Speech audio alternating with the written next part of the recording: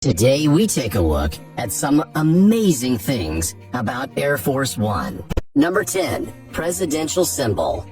Iconically recognizable by its distinct shades of blue and the presidential seal emblazoned on its side, Air Force One is one of the major symbols of the United States presidency. At the size of a 6-story building, the jumbo jet stands tall and proud to U.S. allies while maintaining an intimidating presence to would-be enemies.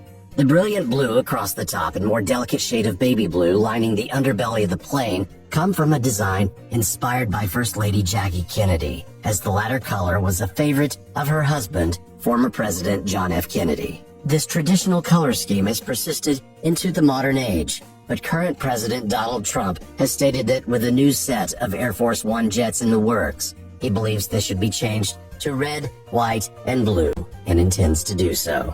Number 9. Overdue upgrade. For over half a century, the aircraft corporation Boeing has been the sole provider for all of the head of state's air transportation needs. Originally initiated with the first overseas presidential flight taken by Franklin Roosevelt in 1943 to Casablanca, the Boeing B-314 Dixie Clipper is considered to be history's introduction to Air Force One. In the late 1950s, the company built the first plane dedicated to serving the commander-in-chief, with the development of the Boeing VC-137A. It debuted under the term of Dwight Eisenhower with a 19-day maiden voyage across 11 nations. Currently, the pair of jets serving as Air Force One are extremely customized Boeing 747-200B models and were purchased under the Reagan administration. With production of the plane long since ended, the need for new presidential planes has only gotten more serious with each new presidency. And so, under the Obama administration, 2 Boeing 747-8 models were commissioned to be converted to airbound presidential command centers. Number 8. Military op. Getting around can be a hassle for most people in congested cities, but the President of the United States takes it to another level.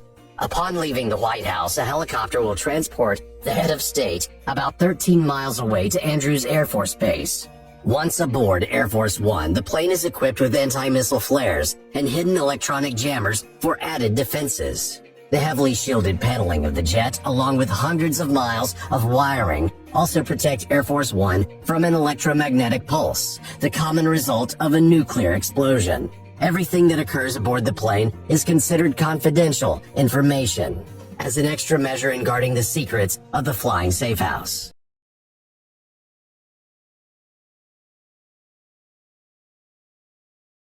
Number 7. Mobile Command Center. While typically built as modified versions of pre-existing jumbo jets, Air Force One is essentially a 3-story flying oval office. Composed of more than 4,000 square feet of floor space, the interior of the aircraft has numerous rooms to fully accommodate the needs of the President and his administration. This includes offices, a conference room, living quarters, gym, 2 galleys for food prep, and a doctor's office staffed by medical personnel and a kitchen that can feed up to 100 people. Luckily, it rarely houses that many people, as the plane usually carries about 70 passengers comfortably, along with 26 members of the flight crew. Electronic capabilities aboard the flight are also of the highest caliber, with 85 onboard telephones, 19 televisions, and numerous two-way radios, computers, and fax machines. Number 6. Massive cost. Creating a presidential headquarters capable of touring the world by air and still maintaining the day-to-day work schedule the commander-in-chief requires may be a cool feat, but it certainly isn't cheap. During the Obama administration, the cost per hour of flight was calculated to be more than $200,000. Now looking to replace the current crop of jets that are nearly 2 decades old, estimates for the new Boeing 747-8 planes range from $3.9 to $5.3 billion. Attempts by the current administration to cut costs have brought recent calculations closer to the $3.9 billion mark. But at the end of the day, the cost for the Air Force One program is still only a drop in the bucket for the massive $8.1 trillion defense budget of the United States. Number 5. Fully staffed. In addition to its electronic, military, and operational preparedness, Air Force One is also fully loaded with an excellent staff. Members of the Air Force One staff must first pass intense scrutiny and a rigorous screening process before being hired on to serve the president and his guest passengers. Hired staff are pretty much exclusively composed of applicants with exceptional records of military service. Even more heavily screened, though, is the food purchased for Air Force One. Markets are chosen at random and often located a good distance from the plane, and personnel charged with securing the supplies must operate undercover. This ensures each meal aboard the plane is free of foreign contaminants.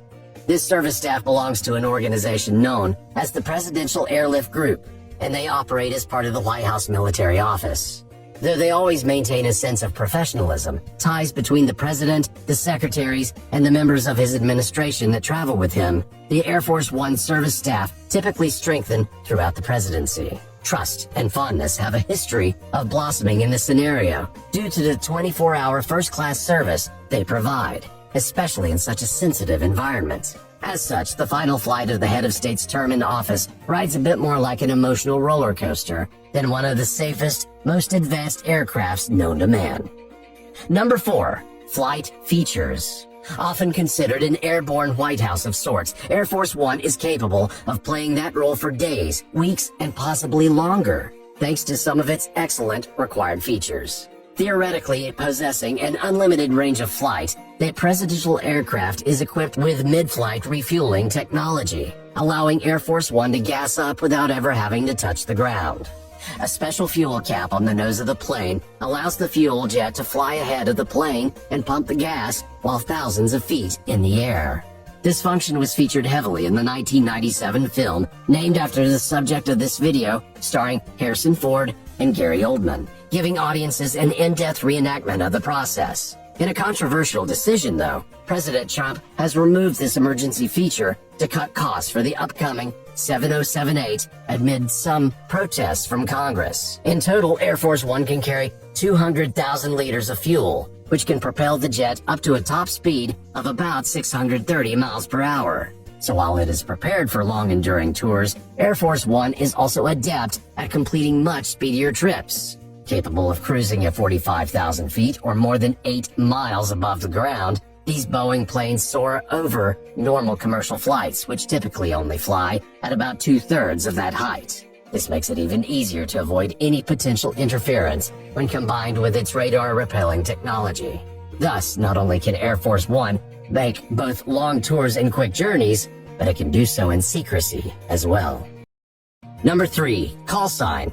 While the fully kitted pair of Boeing 747-200 series jets used today are certainly deserving of the Air Force One moniker, technically speaking, they're not the only planes that can act as such. In fact, any U.S. Air Force aircraft in which the president is a passenger becomes Air Force One, as far as the military is concerned.